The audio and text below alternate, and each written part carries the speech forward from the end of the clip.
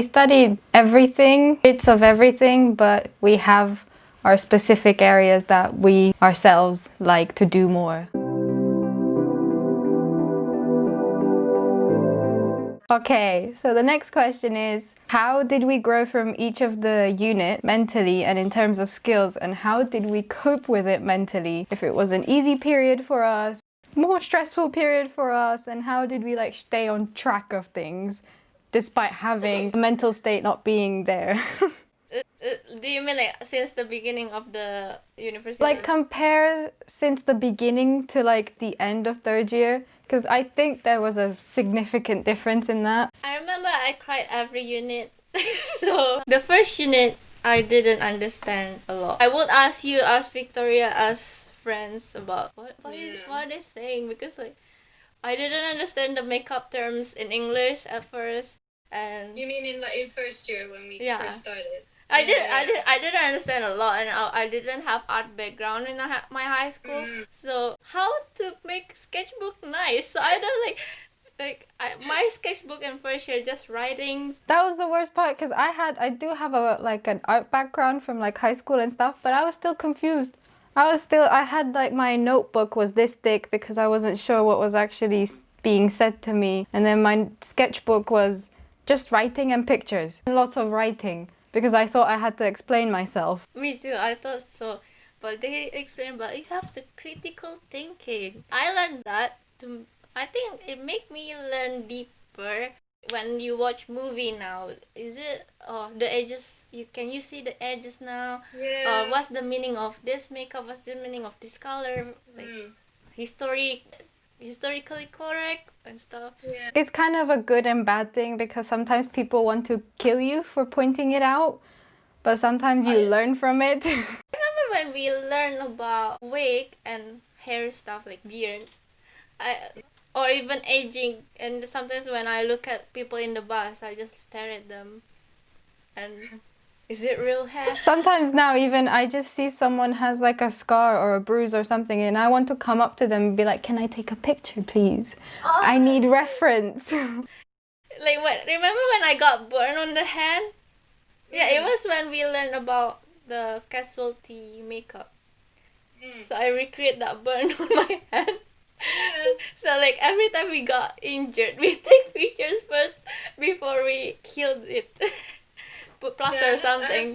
Someone I knew that had like massive bruise on her knee, and I was like, can I take process photos of how it heals and how it changes color?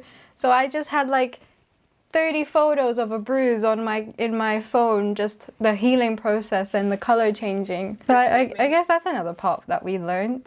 Yeah, and become stronger, I guess. I did become stronger mentally because I learned how to not stress too much.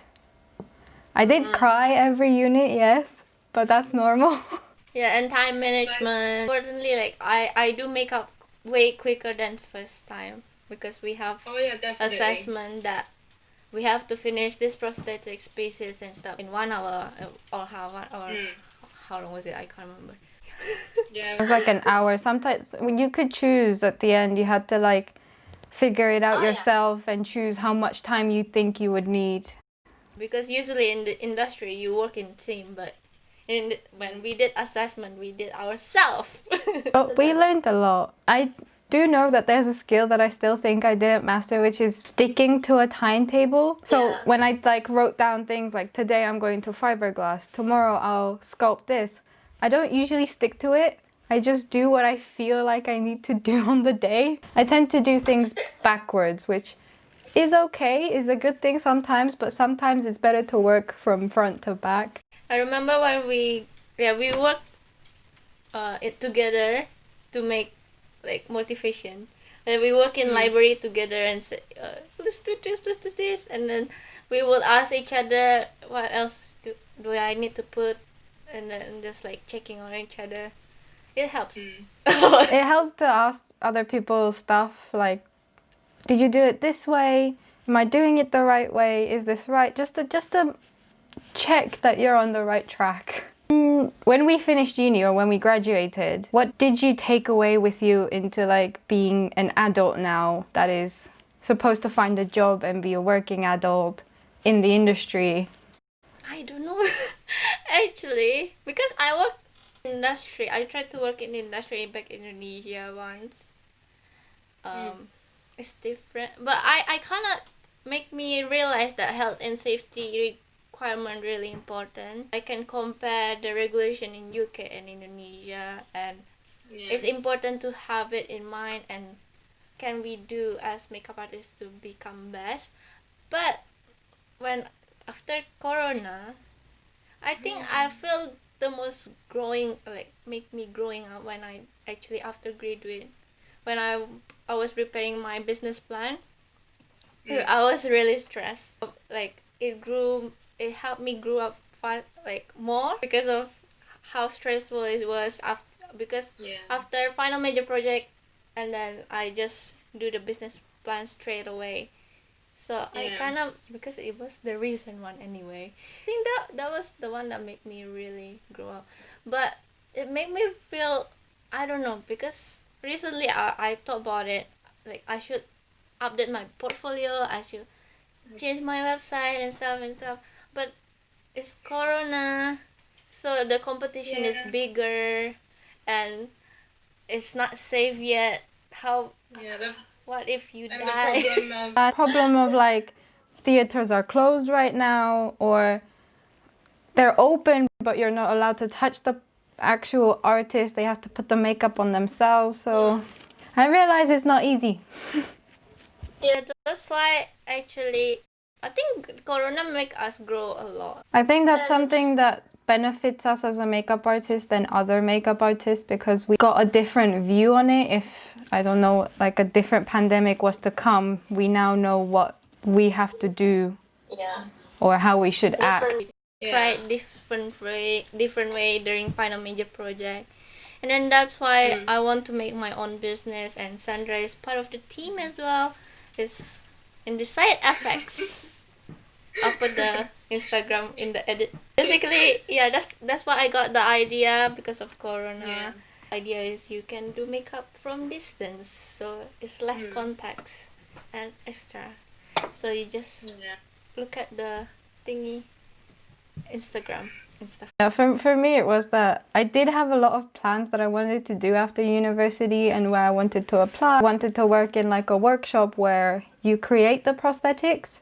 So like you make the scars or the masks, but as soon as the pandemic hit, everything closed. So I kind of had to rethink what I'm doing with my life after, and basically I've been without a job since the pandemic started. I can see how of an effect it has on me in terms of like mentally, because I need to do something. I can't just sit at home, and of course financially as well, because right now I have the problem of that I need to kind of live off of my parents. Same. Because I'm not financially stable because I don't have a job, and no one right now will hire me because pandemic. Theaters are closed, movies are not being filmed. In Indonesia is actually starting shoot, but you need to do swab tests every single new project. I think, I'm not sure, but I'm still scared.